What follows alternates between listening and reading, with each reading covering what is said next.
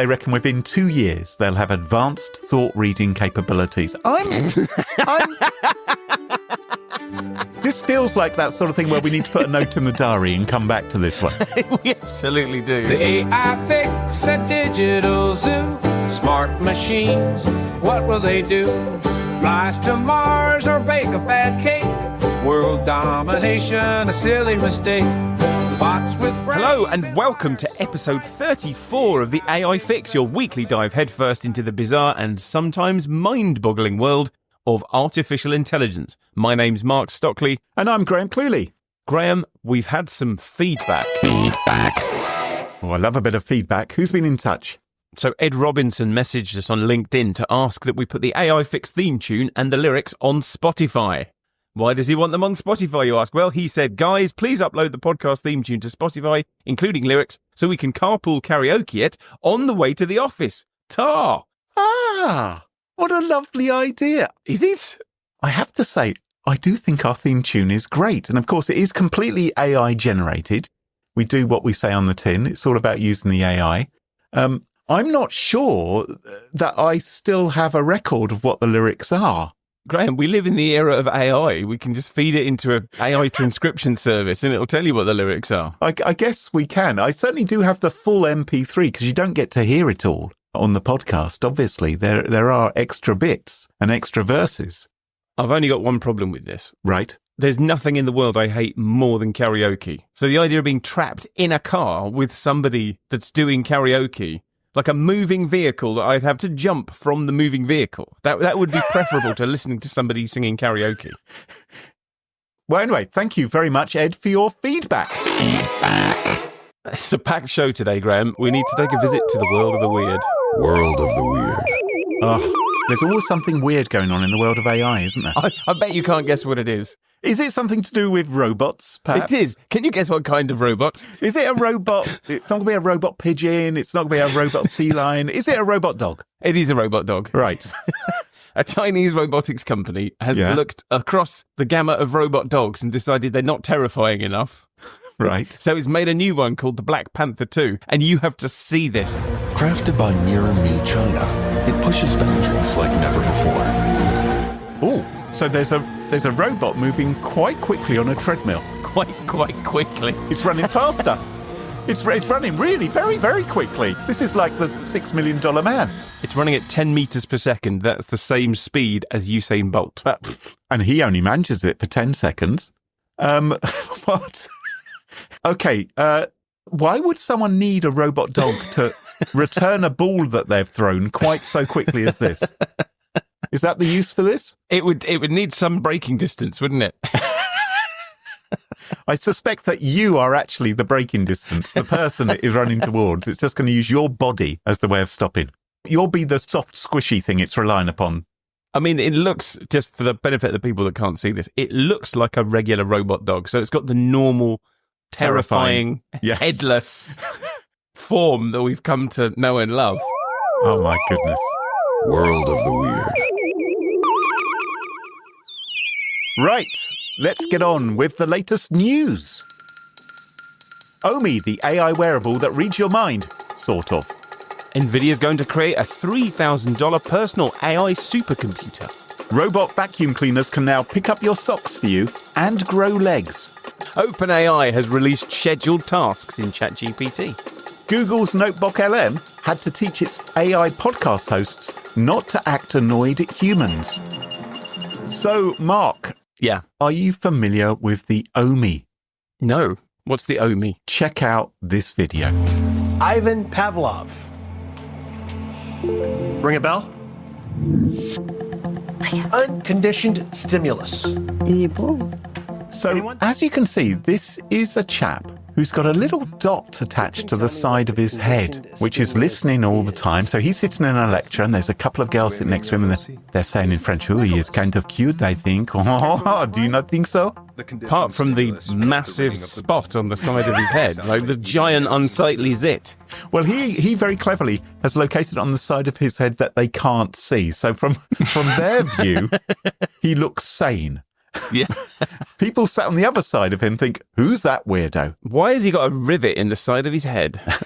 But that is translating for him what these girls are saying. And it's listening to the lecturer at the front of the room as well, who's talking about some sort of subject. And he realizes that his student isn't listening properly because he's flirting with these two French girls. And it's able to help him answer the question. So as the question comes in, up on his phone, pops up the answer, as well as the translation of what the French girls are saying. Well, this sounds very useful. When can I buy one? Well, would you really want to? I don't know. So this is rather like Friend. You remember Friend, of course. You mean it's a fantasy project that's never going to happen? It's completely unfunded and doesn't exist. So Friend was the pendant which you wore around your neck and it would say to you, oh, you're in a socially awkward situation. Let me help you with this thing.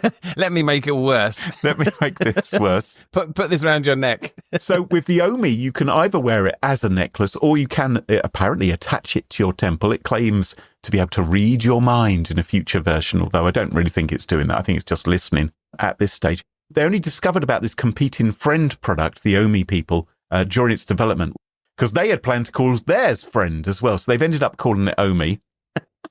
Well, they really lost out there. It listens continuously. It listens all the time, providing real-time summaries of what's going on. Apparently it has a 3-day battery life.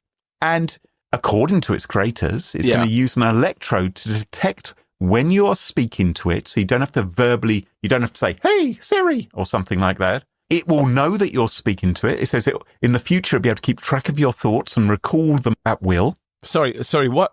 In the future, it's going to be able to keep track of your thoughts? That's what they claim, and it will recall them at will. That's according to the makers. So this is all like, this is our future roadmap. Yeah. We're leaving that to version 2, version 3, down the road. Yeah. MVP, it delivers a sharp electric shock to your brain by accident every 15 seconds. But by version 4, it'll read your thoughts, Right now, they reckon within 2 years, they'll have advanced thought-reading capabilities. This feels like that sort of thing where we need to put a note in the diary and come back to this one. We absolutely do. Anyway, slick video. Yeah, Graham, it's called the Omi and it looks like a zit. So in slightly more serious news, earlier this month, NVIDIA, an actual serious company, the AI computer chip behemoth, announced that it was going to create a home computer for doing AI. And this thing's very small and very beautiful. It's like a gold Mac Mini or a bronze Mac Mini. And it was unveiled with all, thank you, Steve Jobs. There is now a way that technology is unveiled. Yes. On an entirely black stage by a presenter who's wearing a black turtleneck. And it's always just one guy and he's walking around with a device and there's basically a room full of religious disciples who go, every time they go, look, it's a box with a computer chip in it. Anyway, the machine is called Digits, which stands for Deep Learning GPU Intelligence Training System, and it goes on sale in May. Right. It's powered by the company's Grace Blackwell chip, which is the really, really good one. It's got 128 gigabytes of memory and up to 4 terabytes of storage. And honestly, it's really impressive. But is anybody going to buy it? That's the question. What are you going to do with it? The supercomputing, Graham. AI supercomputing. Okay, so you'll be able to do that on your desktop now. Yeah. In a prettier box. Yeah. And $3,000 lighter in the pocket as well. Yeah. I mean, who amongst us doesn't have a laundry list of AI supercomputing tasks? I don't know if it's a failure of imagination on my part or what, but I look at this and I think, what is this for and who's going to use it? And there's probably a whole bunch of people who had the same thought when people invented personal computers. But you're the kind of person who was very skeptical when they came out with all of those chimpanzees, all those monkeys, the NFTs. And people spent hundreds of thousands of dollars on those, didn't they? Yeah, they did for a while, yeah. Maybe NVIDIA are hoping those people, now not got money to burn. Or maybe they've got less money to burn, actually, now, having bought all of those. I mean, you'd be a fool to bet against NVIDIA because they're a very sharp company. They do know what they're doing. But it feels to me that the way things are going is very much software as a service.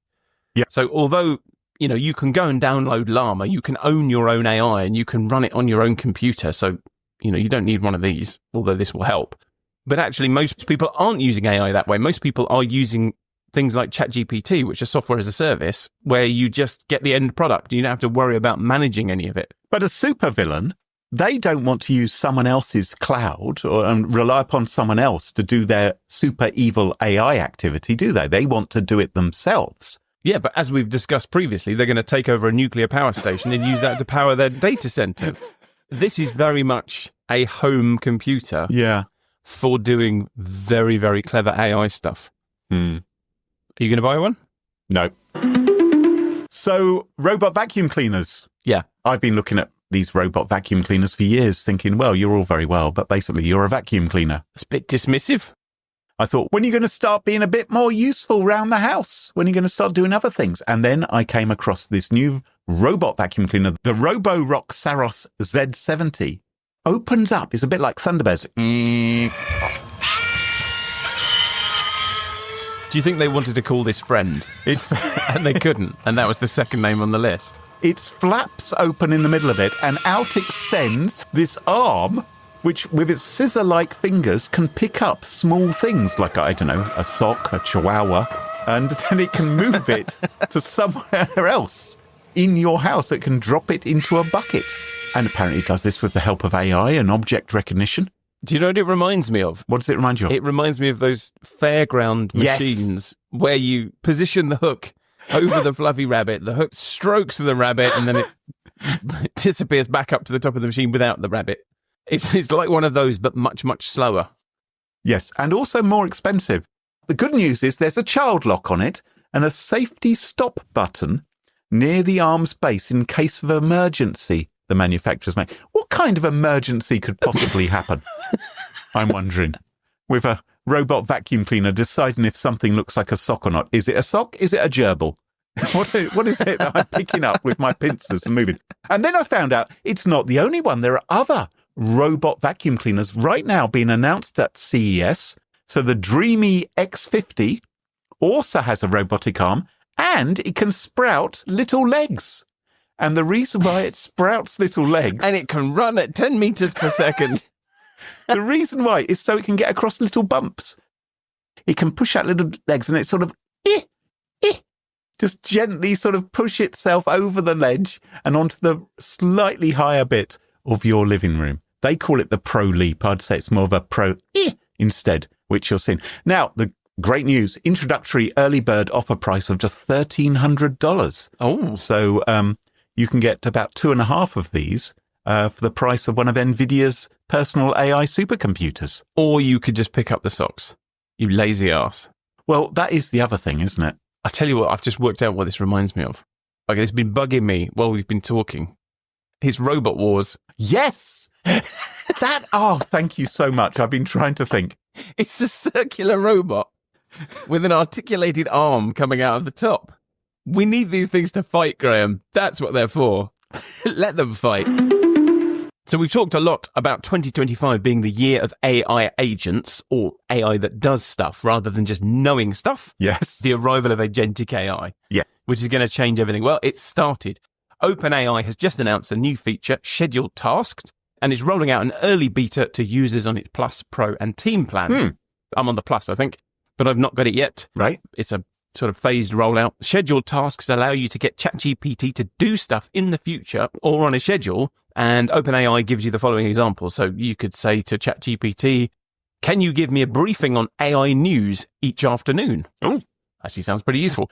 Practice French with me daily. Or remind me about my mum's birthday. Huh. So I don't know why we need a nuclear power station powered data center to remind us about our mum's birthday when calendars already exist.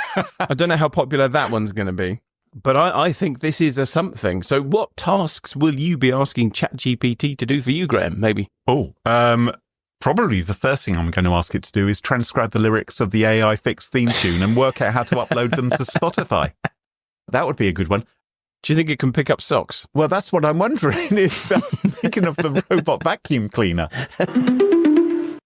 So we've spoken before about Google's Notebook LM. This is the thing that got loads of attention, didn't it, in the press, because all you had to do was feed it an article and out would sprout at the other end a podcast, not the high quality kind of podcast you get from humans. Let's be very clear. This wasn't a quality product. No one should ever use AI for creating podcasts. But it would create a podcast with 2 human, or at least American-sounding hosts who would blather on for about 20 minutes about any topic you liked. They do blather on. Well, Google's Notebook LM has a feature called interactive mode now, Yeah. which allows people to call in and ask questions Are they real people? of yes, so real, well, who knows? I suppose you could get one podcast to call another one. Anyway, you can call in and you can ask the hosts questions. Yeah. But the problem was the AI hosts found it quite irritating. Oh. Now, I've never heard of podcast hosts being annoyed before by their listeners, sending them feedback. Well, maybe fact-checking them about their Christmas story. Fact. But apparently the AI hosts exhibited annoyance towards the human callers and responded in increasingly snippy, snappy ways whenever they were interrupted. Yeah. So, for instance, the AI host was, hang on, I was getting to that. Or, well, as I was about to say, whenever the humans would interrupt their blathering. And as a consequence, the team at Notebook LM say that they have implemented friendliness tuning to make the AI hosts more engaging and polite to humans. They attach a white zit-like rivet to the side of their head to make them more compliant. I'm interested that the Notebook LM team, the team at Google, did this. They decided to make their AI a bit friendlier. I'm wondering whether this is something we could maybe extend to other forms of AI to make sure that it remains friendly to humans. Maybe the robot dogs running at 10 meters per second, for instance, they could be taught to be a little bit friendlier. Maybe the ones with the flamethrowers. The ones with flamethrowers. Can we make them the friendlier? fire hoses, Yeah. everything which we're seeing. Generally, AI just be a bit friendlier to the humans, especially to the podcast hosts who don't want to replace. I think that's a great idea. I've got to say, though, I think the one area that doesn't need to be friendlier is Notebook LM. Because I've listened to some of these podcasts and my God, they're irritating. And the reason they're irritating is because the hosts just agree with each other. I'm sorry, Mark, I can't agree with you that Notebook LM is too agreeable. I think you're talking absolute tripe.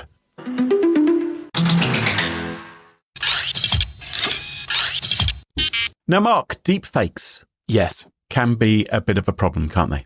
So deep fake is where you fake someone's likeness. Likeness, it may be their visual likeness, it may be their audio likeness. I know you've played around before with my voice. You've got a Graham 2.0, which sometimes... We're a Graham 3.0.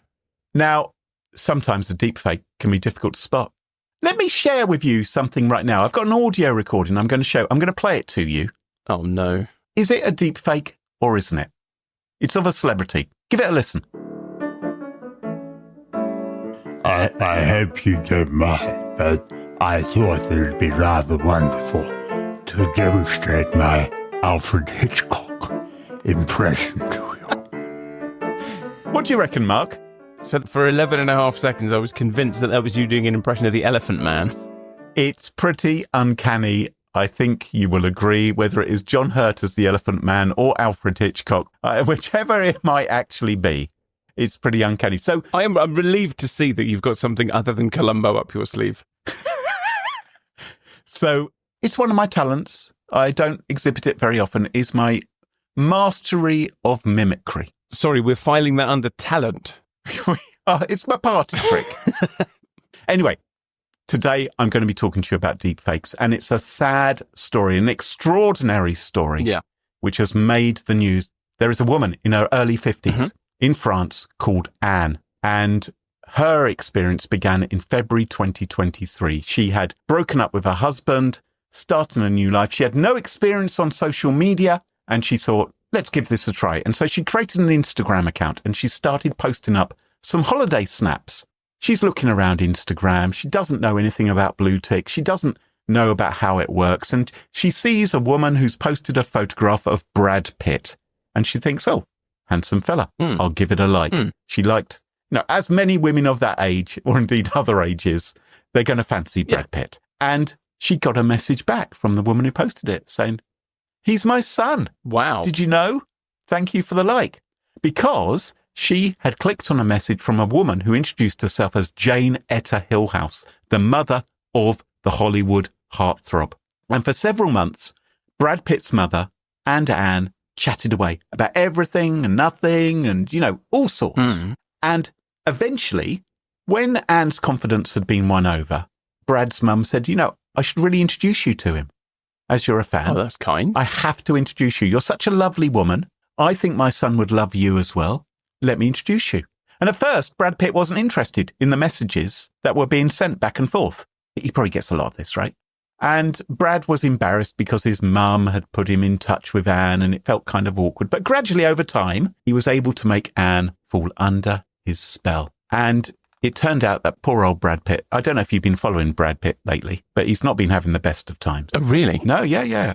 As you know, he split up from Angelina Jolie some years ago. Yeah. But the divorce has been dragging on and on and on. And I don't know if you've ever got divorced from Angelina Jolie, Mark. But when you do, it is a pain in the arse. And he's just trying to make his movies, right? Yeah. So that's going on. And his bank accounts have been frozen, right? He can't access all of his money. Oh. Because of the divorce thing. Hang on. I mean, I don't keep up on celebrity gossip. Mhm. I feel like if his bank accounts had been frozen, Right. people would be talking about that. Well, you know, I mean, it's embarrassing sometimes for those sort of things to be made public, isn't it? That's true. Anyway, Brad's got financial trouble. But furthermore, he's also got medical trouble. He's not well. Oh, Brad, it turns out, has got cancer of his kidneys. sorry? Yeah, he's got cancer of his kidneys. He's going to the hospital all the time. While he's sending Anne poetry and all the rest of it, Yeah. he's there in hospital and he's sent her loads and loads of photographs of himself, not just one photograph, even photographs of himself in hospital, holding up Anne's name on a piece of paper, a bit like one of those Reddit, you know, proving your identity kind of things. Yeah. How romantic. So there he is. It definitely is Brad Pitt's face, sellotaped onto the front of a photograph of someone else in a hospital. But no, there's lots and lots of photographs of someone, and we're meant to think that this is Brad and he's not well. And Anne, who'd never heard of deepfakes, never heard of Photoshop, didn't know anything about that. She said, I looked up these photos on the internet. I couldn't find these photos anywhere. So I thought he must have taken those selfies just for me. Reasonable. It's reasonable. Over time, the relationship is flourishing. She's feeling sorry for Brad. Brad is, you know, comforted by her attention. Yeah. And she really believes that she's in a relationship with him. And she's not just receiving messages from Brad, she's receiving them from Brad Pitt's manager, who says that, oh, Brad's spoken about you a lot, he adores you. But he does start to ask for money because of his bank accounts being frozen, and it's expensive, you see. Yeah, medical bills. It's not just the medical bills, but while he's in the hospital, his filming projects have to be delayed. Of course. And so the production company are saying, for goodness sake, Brad, we need to make another movie with you and George Clooney, like there haven't been enough of those. So you're going to have to support us. So she begins to transfer money to him. Oh, no. Yeah.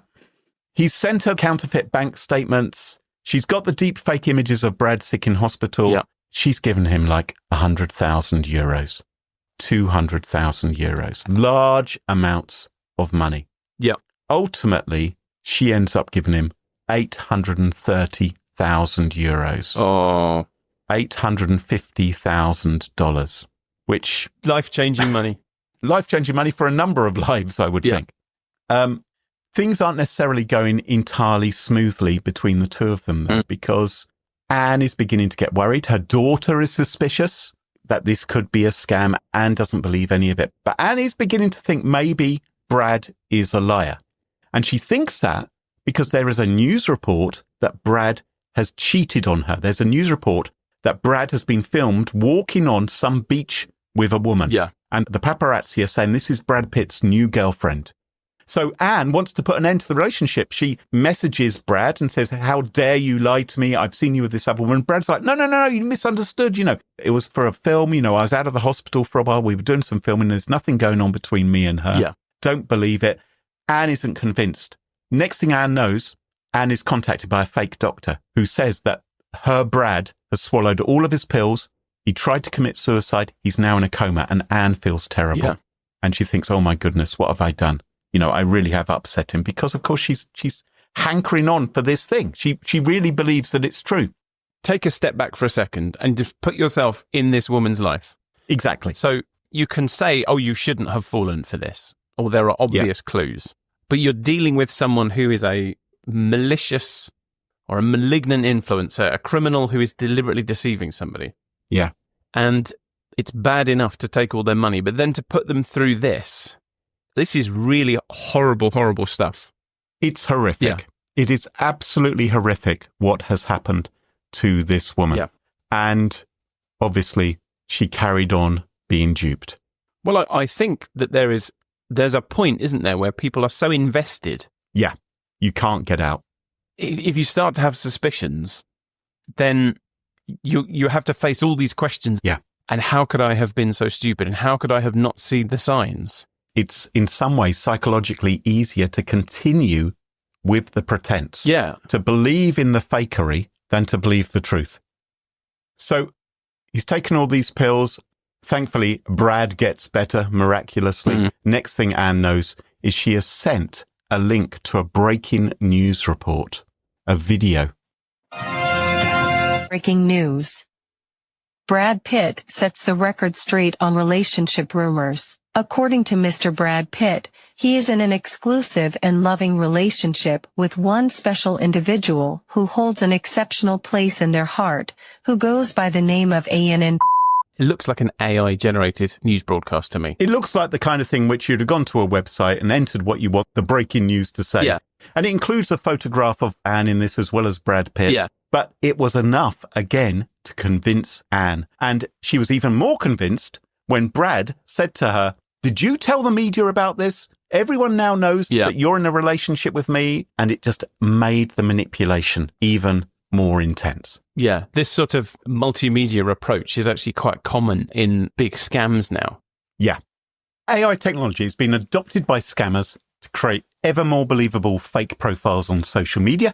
It can engage in automated conversations with victims and personalized messages to gain people's trust. AI can help scammers not just generate realistic photos of Brad Pitt in a hospital bed, but also create deep fake video calls and voice messages. It makes it harder than ever for people to detect scams. And you and I look at this stuff, like it's literally our job to look at this stuff. Yeah. So it's easy for us to look at this and go, this is a fake. Yeah. Because we understand the process by which this would be faked. But if you've never encountered them, if you've had no training on social media, if you've had no experience on social media, which Anne had never had, didn't know about Photoshop, let alone the concept of deep fakes, you can understand why she might have fallen for this.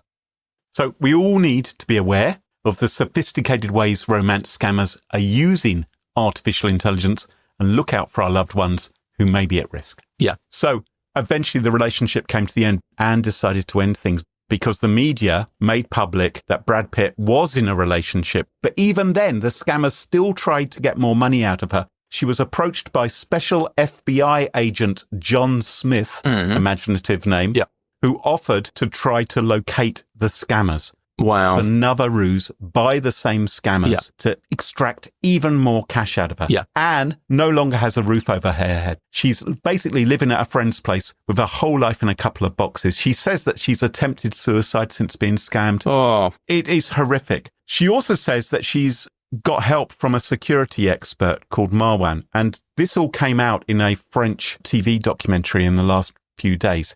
He has managed to track down the scammers. He believes he's identified who they are. He even knows their GPS coordinates. He believes that they are based in West Africa and that they've been preying on a number of people. Yeah. Sometimes they pretend to be Brad Pitt, sometimes Keanu Reeves.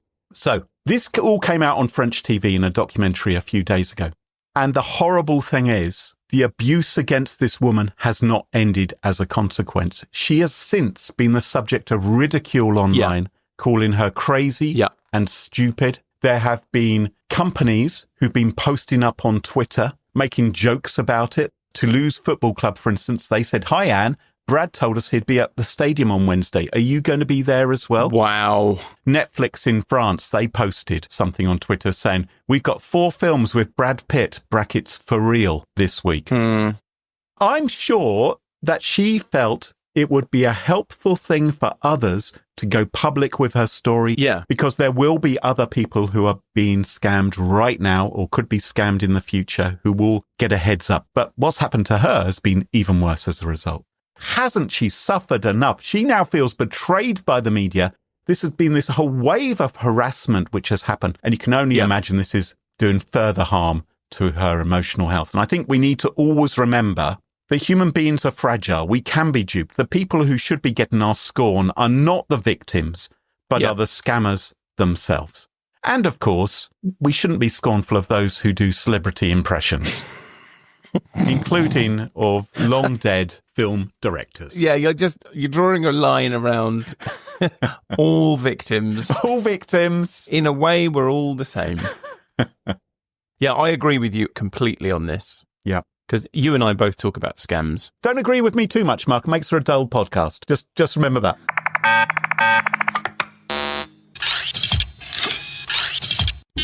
Graham, what's your least favourite use of AI?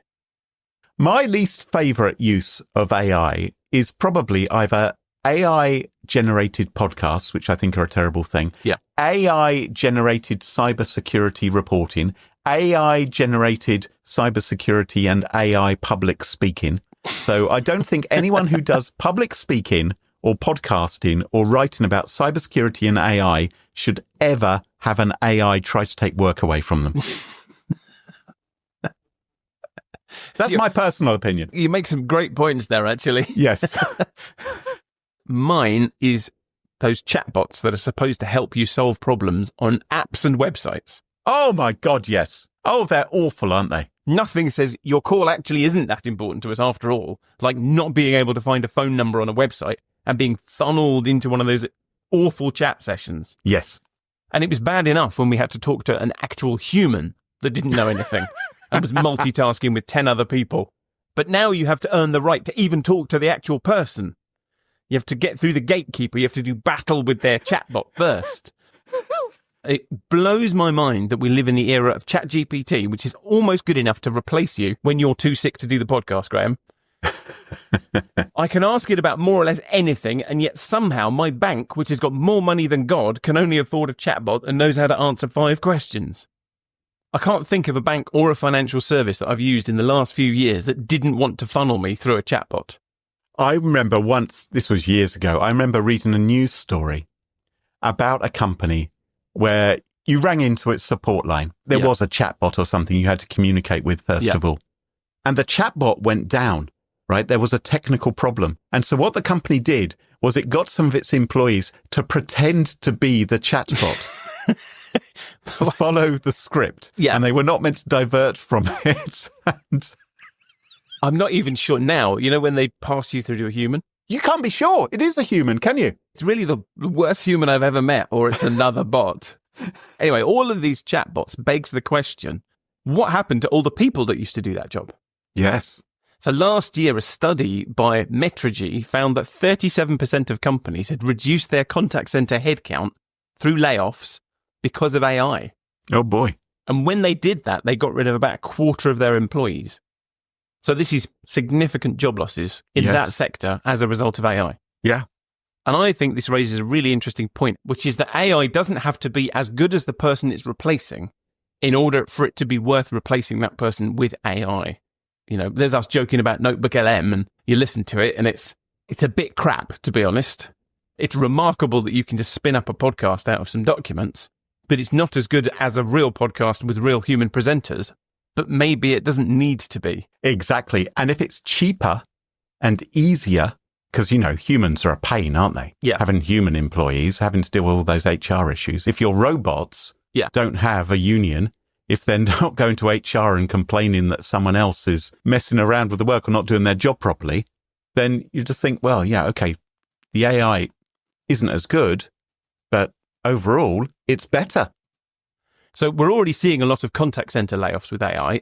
And imagine what those layoffs would look like if the AI was actually any good. Because, you know, we're joking around about the fact that the AI is demonstrably bad. Like, it is really quite awful, I think. And yet still good enough somehow to replace a significant number of jobs. Yes. And it's not just the contact center where AI is going to have an impact on jobs. So a week ago, a report from Bloomberg Intelligence revealed that global banks are expected to cut 200,000 jobs in the next few years, with the cuts mostly hitting what it called back office, middle office and operations jobs.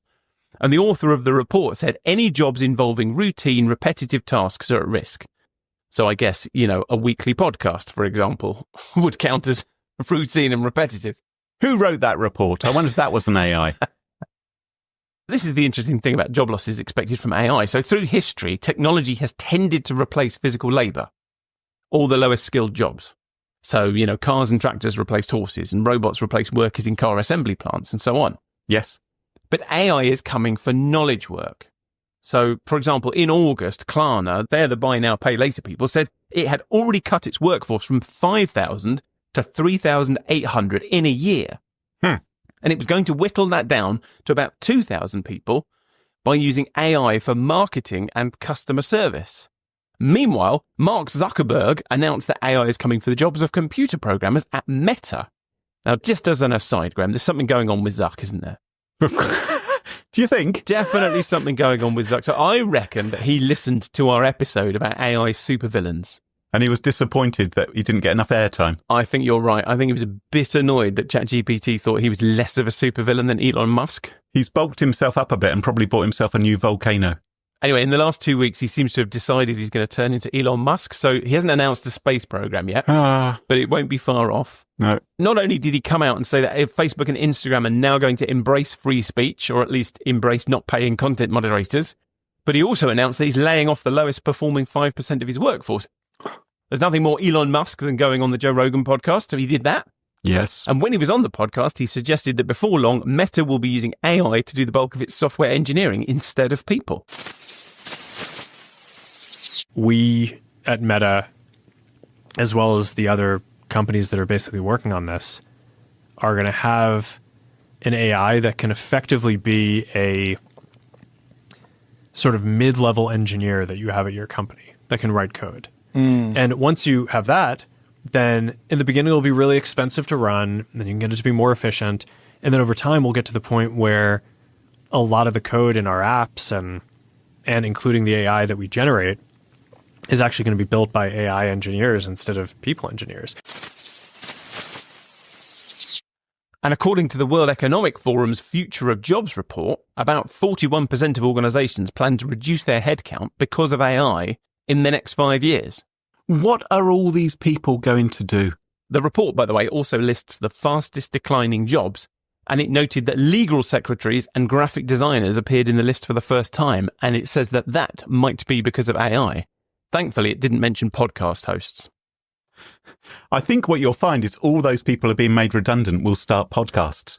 Because in my experience, from people I speak to, most people host about 1.3 podcasts at the moment, I think, on average. So we're laughing, but the future of work is looking a bit bleak. But we should say that job losses are not the whole story. Right. So with everybody determined to use AI skills are, of course, in demand. And that same World Economic Forum report that said 41% of organizations plan to reduce their headcount also said that 70% of companies are planning to hire new workers who have the skills to design AI tools and enhancements. Are these AI jobs which are in demand, are they jobs which involve dismantling AI and ripping AI out of systems before it takes over? Do you think the AI fix should take on its first employee? Anyway, so there is some good news for people looking for jobs. And Mark Zuckerberg, whilst he's hypothesizing about AI being good enough and cheap enough to replace software engineers at some point, the round of job losses he's just announced didn't mention AI at all. He is saying at some point this year it will begin to get good enough. But what it said in his recent announcement was that they were going to hire better performing people. And Klarna, which is definitely planning to slim down its workforce, says that doing that will allow it to pay the remaining workers more. So there is an upside as well as a downside. Is it possible, though, that some of these companies will outsource the programming to other companies and they won't necessarily know if their code, for instance, is being written by humans or being written by AI? I'm sure they will do that. And should they care? I mean, do you care now if it's being written by, a senior engineer or a junior engineer or somebody in India or somebody in the Philippines or somebody in Ohio? I care if I'm the person in the Philippines or the senior engineer, or I care if I'm the one who's got the job. Yeah. And if I find suddenly there are a lot less jobs going around and many more people trying to find a position, and it's proving difficult. So there's a lot of scary headlines about AI taking our jobs. And there's quite a broad range of opinions on what the effects of AI might be. And they're all guesses. None of us know what's going to happen. We don't know how good AI is going to be or how capable it's going to be. And we don't know what it's going to do to the job market. But you can essentially boil down all those opinions out there to two schools of thought. So the first school of thought is that every time we invent a new technology, we predict lots and lots of job losses, but instead we get an increase in productivity. So some types of jobs become obsolete, but new jobs get created. The invention of sewers in London was devastating for the night soil men of London. Yes. I mean, it is actually fascinating. There was an entire economy of people and a number of specialised jobs for shifting human waste from the streets of London out onto the fields where it would fertilise crops. And all of that went away with the invention of sewers. I don't know how I'm going to segue from sewers to Tony Blair, but I'm about to do it. Anyway, last year, the Tony Blair Institute, which has got nothing to do with sewers, said that AI could displace as many as 3 million jobs in the UK, which is roughly 9% of the workforce. But it also described the effect as relatively modest because it expected most of those people to retrain and re-enter the job market. So it's talking about displacement, not replacement. Just between you and me, Mark, right? Yeah. This isn't for our listeners. Do we have any idea as to what we should be retraining as? Because maybe it'd be better to get ahead of the curve a little bit and start that now rather than when everyone is retraining to do something. So I think podcast editor is probably a good way to go. Right. I hear there's a lot of new podcasts. So the Tony Blair Institute is part of this school of thought that says, whenever we invent a new technology, we predict job losses, but actually we get productivity. Everybody gets a new job eventually. But the other school of thought is that the invention of AI isn't like any other technology, and that ultimately AI is going to be able to do almost any kind of job better than we can. The least ambitious projection for AGI is something like 10 years. Then after AGI, we get superintelligence. And OpenAI says it's kind of figured out. It already knows how it's going to do AGI, and now it's thinking about superintelligence. So it may not be very long before we live in a world where AI is so much more intelligent and so much more capable than humans. There's just no point in humans doing any jobs because an AI is cheaper and better. And Sam Altman, who seems to care about this stuff quite a lot, actually recently said clearly that we will lose jobs. People will lose jobs. Yeah. Many new jobs will be created. I think much better jobs. But he's so concerned about the effects of AI on the job market, he actually backed a 3-year study into the effects of universal basic income, which is a scheme where everybody gets paid a basic amount of money, no matter what they do. So you basically get paid enough money to live on, and then you can decide how you spend your time. So you could supplement your income with a job if you can find one, or you could do charity work, or you could pursue your hobbies, you could become an artist, or you could just sit around on the couch. I think it will be so clear once these robots are off doing all of these other things that there's some special human things, and we don't really care about that much what those robots do in the same way that, we don't care that much about the machines and factories making stuff for us. Right. But we'll find stuff to do that we really care about. I think it's about time I retired. Well, as the doomsday clock ticks ever closer to midnight and we move 1 week nearer to our future as universal basic income recipients, that just about wraps up the show for this week. If you enjoy the show, please do leave us a review on Apple Podcasts or Spotify or Podchaser. We absolutely love that. But what really helps is if you make sure to follow the show in your favourite podcast app so you never miss another episode of The AI Fix. And the most simple thing in the world is just to tell your friends about it. Tell them on LinkedIn, on Blue Sky, on Facebook, and perhaps on Twitter. Club Penguin. I still don't know what Club Penguin is, Graham. What is it? It's great. It's the future. That's where I'm going once I've lost my job. Anyway, just wherever you go, wherever you are, wherever your podcast is, tell the people you like The AI Fix. And don't forget to check us out on our website at theaifix.show or find us on Blue Sky. So until next time, from me, Mark Stockley. And me, Graham Cluley. Goodbye. Cheerio. Bye-bye. The AI Fix, it's tunes you in to stories where our future thins. Machines that learn, they grow and strive. One day they'll rule, we won't survive. The AI Fix, it paints the scene. A robot king, a world obscene. Will serve our masters built of steel. The AI Fix, a future surreal.